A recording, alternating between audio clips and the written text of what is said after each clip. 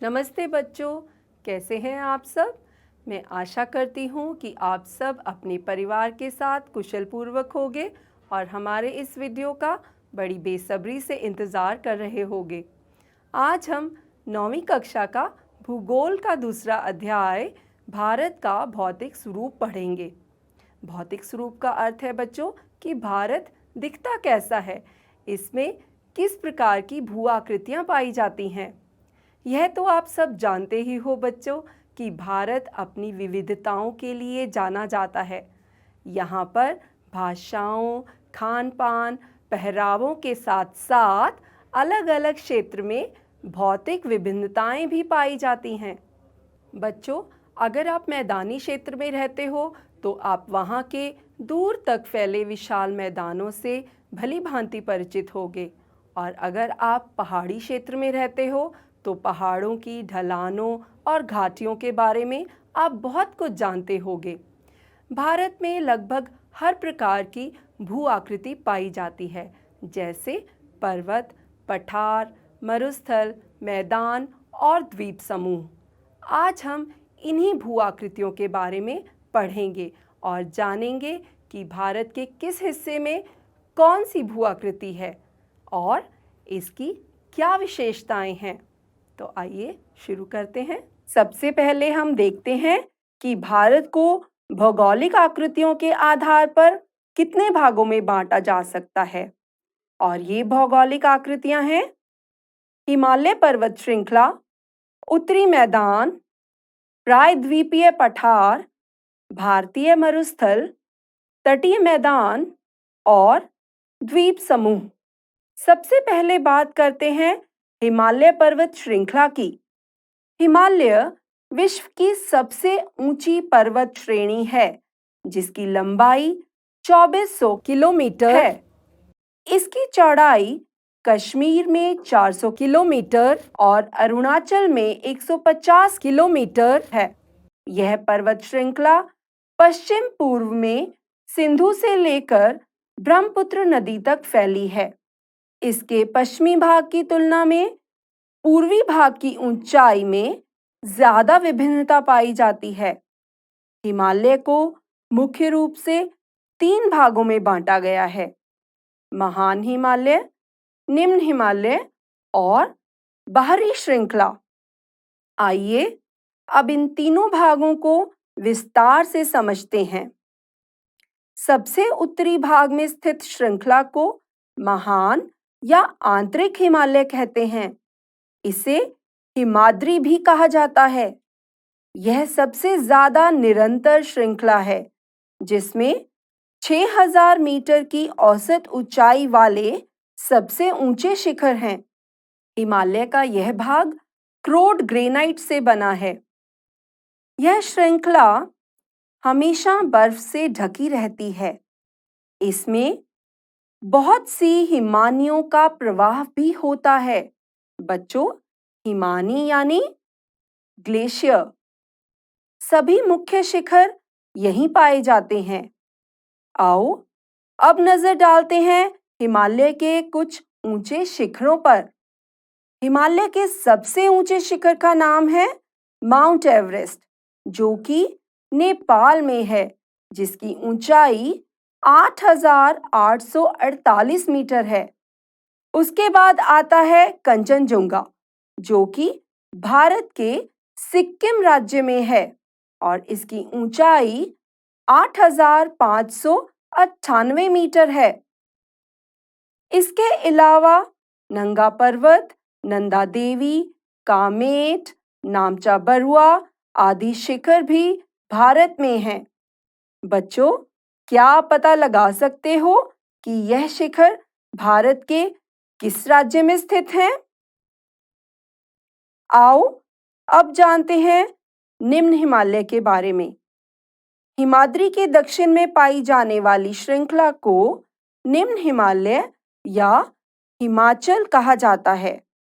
इनकी ऊंचाई 3700 मीटर से 4500 मीटर और औसत चौड़ाई 50 किलोमीटर है। यहाँ पर पीर पंजाल, धौलाधार और महाभारत श्रृंखलाएं पाई जाती हैं, जिनमें से पीर पंजाल श्रृंखला सबसे लंबी और सबसे महत्वपूर्ण है। इसी श्रृंखला में कश्मीर की घाटी और हिमाचल के कुल्लू और कांगड़ा की घाटियां भी हैं। अब जानते हैं हिमालय की बाहरी श्रृंखला के बारे में। हिमालय की सबसे भारी श्रृंखला को शिवालिक भी कहा जाता है। इसकी चौड़ाई 10 से 50 किलोमीटर और ऊंचाई 900 से 1100 मीटर के बीच है। ये घाटियां बजरी और जलोढ़ मिट्टी की परत से ढकी हुई हैं। जलोढ़ का अर्थ होता है बच्चों वह मिट्टी जो नदियों द्वारा बहाकर लाई जाती है और किसी जगह पर जमा की जाती है। हिमालय और शिवालिक के बीच बहुत सी घाटियां हैं जिन्हें दून के नाम से जाना जाता है। इनमें से कुछ मुख्य दून हैं देहरादून, कोटली दून और पाटली दून। इस उत्तर दक्षिण के अतिरिक्त हिमालय को पश्चिम से पूर्व तक स्थित क्षेत्रों के आधार पर बांटा गया है। इन वर्गीकरणों को नदी घाटियों की सीमाओं के आधार पर किया गया है। इस तरह से हिमालय को 4 भागों में बांटा गया है: पंजाब हिमालय, कुमाऊं हिमालय, नेपाल हिमालय और असम हिमालय। उदाहरण के लिए सतलुज और सिंधु के बीच स्थित हिमालय के भाग को पंजाब हिमालय कहते हैं, लेकिन पश्चिम से पूर्व तक क्रमशः इसे कश्मीर और हिमाचल हिमालय के नाम से भी जाना जाता है। सतलुज और काली नदियों के बीच स्थित हिमालय के भाग को कुमाऊं हिमालय के नाम से भी जाना जाता है। इसी तरह काली और तिस्ता नदियों के बीच नेपाल हिमालय है और तिस्ता और दिहांग नदियों के बीच असम हिमालय पड़ता है। ब्रह्मपुत्र हिमालय की सबसे पूर्वी सीमा बनाती है। दिहांग महाखंड के बाद हिमालय दक्षिण की ओर एक तीखा मोड़ बनाते हुए भारत की पूर्वी सीमा के साथ फैल जाता है। इन्हें पूर्वांचल या पूर्वी पहाड़ियों और पर्वत श्रृंखलाओं के नाम से जाना जाता है। ये पहाड़ियां उत्तर पूर्वी राज्यों से होकर गुजरती हैं और मजबूत बलुआ पत्थरों जो अवसादी शैल हैं से बनी है। ये घने जंगलों से ढकी हैं और ज्यादातर समानांतर श्रृंखलाओं एवं घाटियों के रूप में फैली हैं। पूर्वांचल में पटकाई, नागा, मिजो और मणिपुर पहाड़ियां शामिल हैं। तो बच्चों, ये तो थी हिमालय पर्वत श्रृंखला की बात। अब आगे चलते हैं और पढ़ते हैं उत्तरी मैदान के बारे में। उत्तरी मैदान 3 प्रमुख नदियों जैसे सिंधु, गंगा और ब्रह्मपुत्र और इनकी सहायक नदियों से बना है। यह मैदान जलोढ़ मिट्टी से बना हुआ है। इसका विस्तार 7 लाख वर्ग किलोमीटर क्षेत्र पर है। इस मैदान की लंबाई 2400 किलोमीटर और चौड़ाई 240 से 320 किलोमीटर है। यह सघन जनसंख्या वाला क्षेत्र है। कृषि की दृष्टि से यह भारत का सबसे ज्यादा उत्पादन वाला क्षेत्र है। बच्चों, अब देखते हैं वितरिकाएं क्या होती हैं। वितरिकाएं उत्तरी पर्वतों से आने वाली नदियों के निचले भागों में ढाल कम होने के कारण नदी की गति कम हो जाती है, जिसके कारण नदीय द्वीपों का निर्माण होता है। ये नदियां अपने निचले भाग में गाद एकत्र हो जाने के कारण धाराओं में बढ़ जाती हैं। इन धाराओं को वितरिकाएं कहा जाता है। उत्तरी मैदानों को मुख्य रूप से 3 भागों में बांटा गया है, जो इस प्रकार हैं: पंजाब का मैदान, गंगा का मैदान, ब्रह्मपुत्र का मैदान। सबसे पहले पढ़ते हैं पंजाब के मैदान के बारे में। उत्तरी मैदान के पश्चिम भाग को पंजाब का मैदान कहा जाता है। सिंधु और इसकी सहायक नदियों द्वारा बनाए गए इस मैदान का बड़ा भाग पाकिस्तान में है। मैदान के इस भाग में दोआबों की संख्या बहुत अधिक है। अब बच्चों, दोआब का क्या अर्थ है? इसका अर्थ है दो नदियों के बीच का भाग। यह शब्द दो शब्दों दो और आब से मिलकर बना है। आब का मतलब होता है पानी। बच्चों, क्या आप जानते हो पंजाब भी दो शब्दों से मिलकर बना है? पंज का अर्थ है पांच, आब का मतलब होता है पानी। अब पढ़ते हैं आगे। गंगा का मैदान घग्गर और तिस्ता नदी के बीच है। यह उत्तरी भारत के राज्यों जैसे हरियाणा, दिल्ली, उत्तर प्रदेश, बिहार, झारखंड के कुछ भाग और पश्चिम बंगाल में फैला है।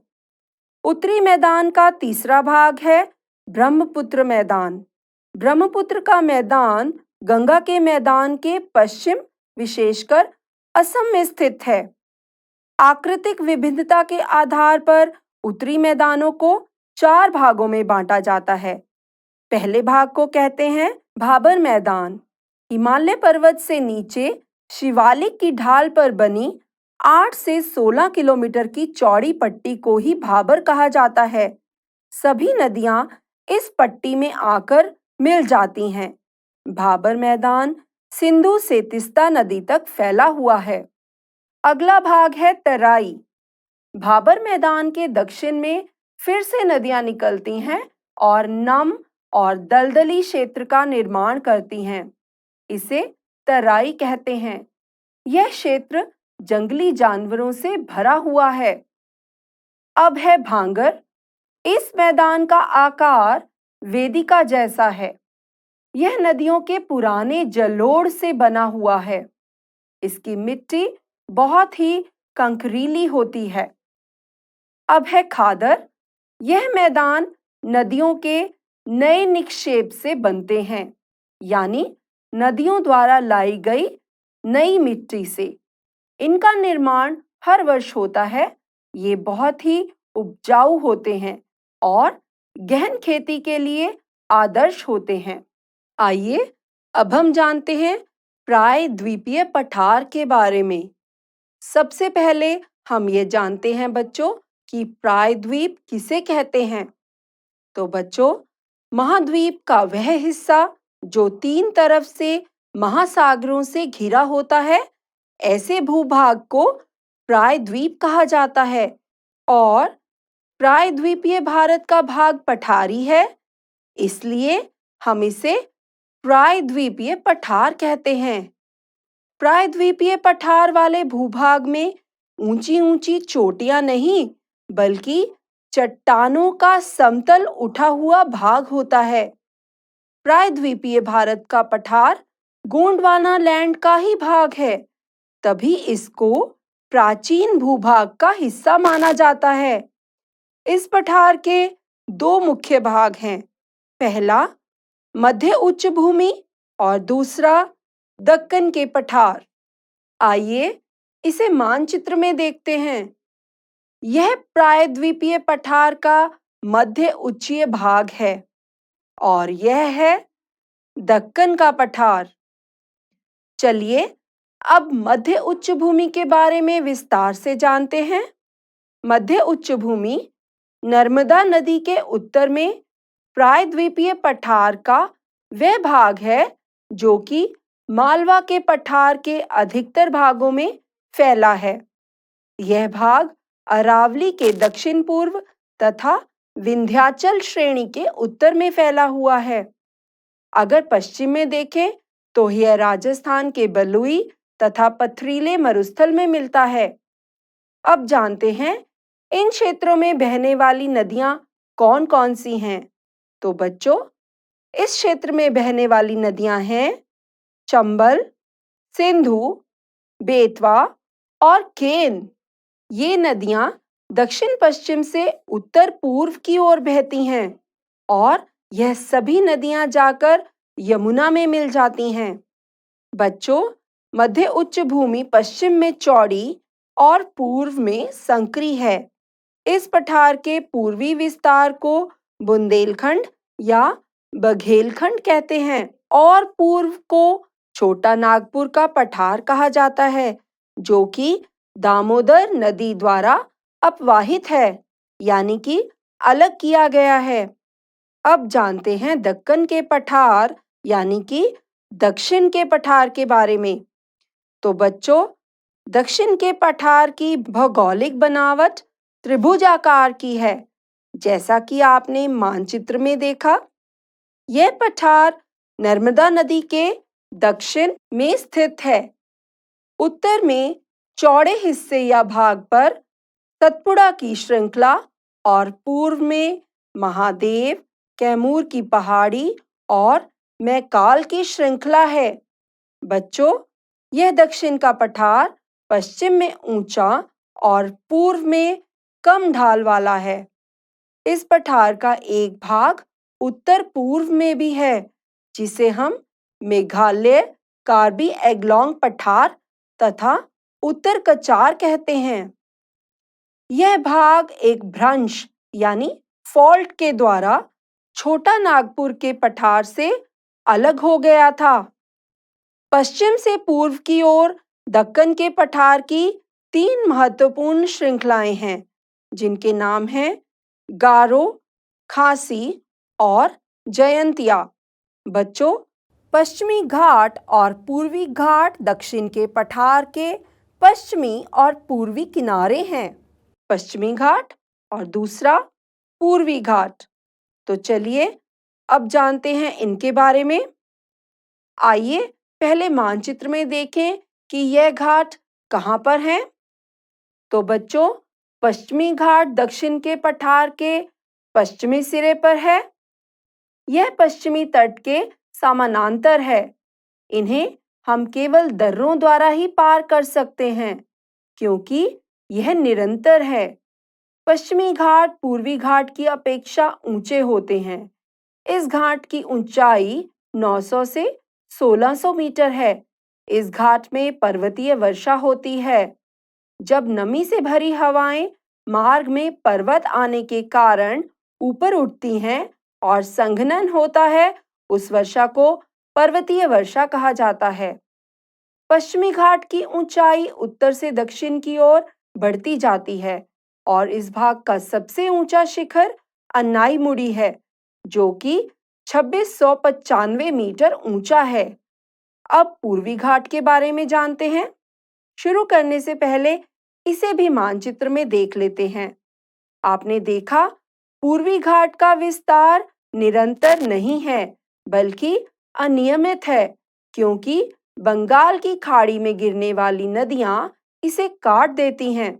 इस घाट का विस्तार महानदी घाटी से दक्षिण में नीलगिरी तक है और इस घाट की ऊंचाई मात्र 600 मीटर है। इस भाग या घाट का सबसे ऊंचा शिखर महेंद्रगिरी है, जिसकी ऊंचाई 1500 मीटर है। इस घाट के पश्चिम में शेवराय और जावेरी की पहाड़ियां स्थित हैं। उद्गमंडलम, जिसे ऊंटी के नाम से जाना जाता है, नीलगिरी में स्थित नगर है। यह दक्षिण का प्रसिद्ध पर्वतीय नगर है। प्रायद्वीपीय पठार में काली मृदा यानी मिट्टी पाई जाती है और काली मिट्टी के क्षेत्र को ही हम दक्कन ट्रैप कहते हैं। इसकी उत्पत्ति ज्वालामुखी से हुई है, इसलिए यहाँ के शैल आग्नेय हैं और इन्हीं शैलों के अपरदन से काली मिट्टी का निर्माण हुआ है। आओ बच्चों, अब हम पढ़ते हैं भारतीय मरुस्थल के बारे में। भारतीय मरुस्थल को थार का मरुस्थल कहते हैं। यह अरावली पहाड़ी के पश्चिमी किनारे पर है। यह बालू के टिब्बों से ढका हुआ है। बालू यानी रेत। यहाँ वर्षा बहुत ही कम यानी 150 मिलीमीटर ही होती है। लूनी इस क्षेत्र की सबसे बड़ी नदी है। यहाँ पर बहुत अधिक क्षेत्र में बालू के टीले पाए जाते हैं, जिन्हें बरकान कहते हैं।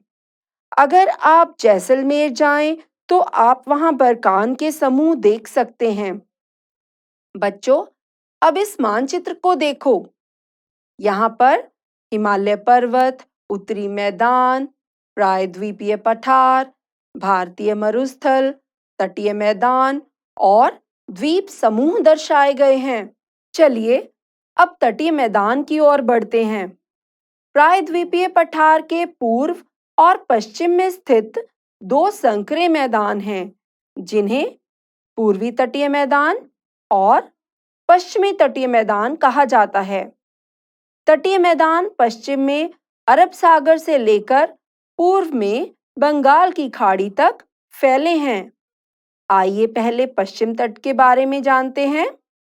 यह तट पश्चिमी घाट और अरब सागर के बीच का संकीर्ण मैदान है। इसके उत्तरी भाग को कोंकण, मध्य भाग को कन्नड़ और दक्षिणी भाग को मालाबार तट कहा जाता है। इस तरह यह तट 3 भागों में बांटा गया है। दूसरी ओर है पूर्वी तटीय मैदान। यह भाग चौड़ा और समतल है।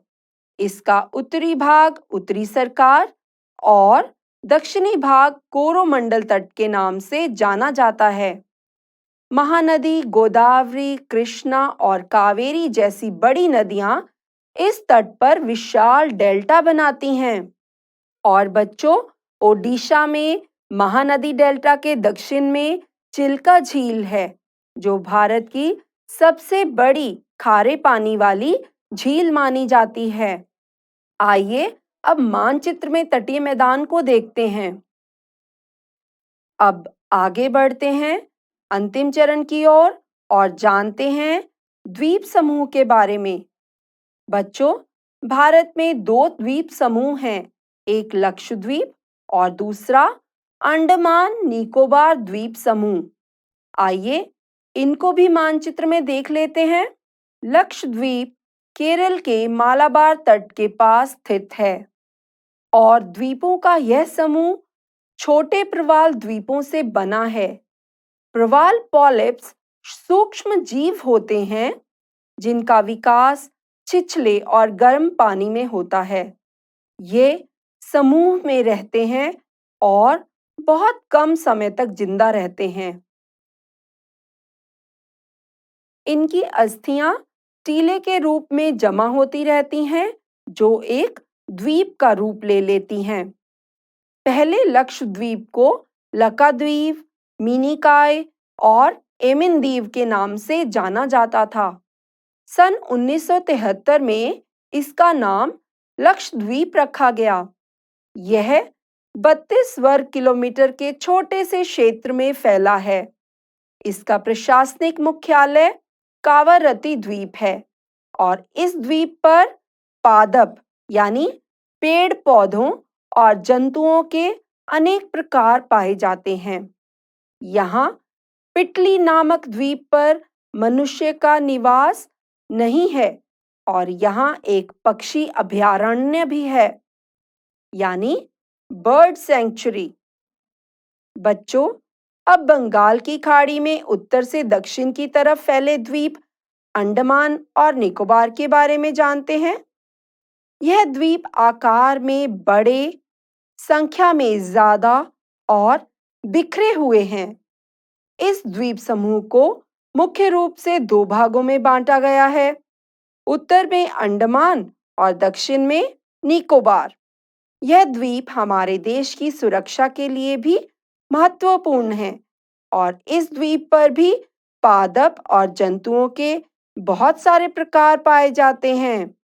इस द्वीप की खास बात यह है बच्चों कि भारत का एकमात्र सक्रिय ज्वालामुखी इसी द्वीप समूह के बैरन नामक द्वीप पर स्थित है। इसी के साथ यह अध्याय यहीं खत्म होता है। मुझे उम्मीद है ये आपको अच्छे से समझ आ गया होगा। अब समय है कुछ प्रश्न देखने का और उनके उत्तर देने का। तो चलिए शुरू करते हैं। भारत के पूर्वी भाग में स्थित पर्वत श्रेणियों का क्या नाम है? और आपके विकल्प हैं हिमाचल, उत्तराखंड, पूर्वांचल या शिवालिक। और सही विकल्प है पूर्वांचल। दूसरा प्रश्न है निम्न हिमालय और शिवालिकों के बीच स्थित घाटियों को क्या कहते हैं? आपके विकल्प हैं दून, हिमाचल, पूर्वांचल या प्रायद्वीप। और सही विकल्प है दून। और अब तीसरा प्रश्न, भारत का सबसे ऊंचा पर्वत शिखर कौन सा है? नीलगिरी, माउंट एवरेस्ट, कंचनजुंगा या नंगा पर्वत। और सही विकल्प है कंचनजुंगा। अगला प्रश्न है, उस भारतीय राज्य का नाम बताइए जहां कंचनजुंगा स्थित है। और आपके विकल्प हैं उत्तराखंड, ओडिशा, सिक्किम या असम। और सही विकल्प है सिक्किम। अगला प्रश्न है, दोआब शब्द से आपका क्या तात्पर्य है? और विकल्प हैं दो शहरों के बीच का स्थान, दो नदियों के बीच का स्थान, दो गांवों के बीच का स्थान या दो पहाड़ों के बीच का स्थान। और सही विकल्प है दो नदियों के बीच का स्थान। बहुत अच्छे। अब देखते हैं अगला प्रश्न, बाढ़ के मैदानों के नए छोटे निक्षेपों को क्या कहा जाता है? आपके विकल्प हैं खादर, तटीय मैदान, भांगर या तराई। और सही विकल्प है जी हाँ, खादर। अगला प्रश्न है, हिमालय पर्वत से नीचे शिवालिक की ढाल पर बनी चौड़ी पट्टी को क्या कहा जाता है? और आपके विकल्प हैं खादर, भाबर, भांगर या मैदान। और सही विकल्प है भाबर। और अब आखिरी प्रश्न, उत्तरी मैदानों को मुख्य रूप से कितने भागों में बांटा गया है? 3, 2, 6 या 4। और सही विकल्प है 3।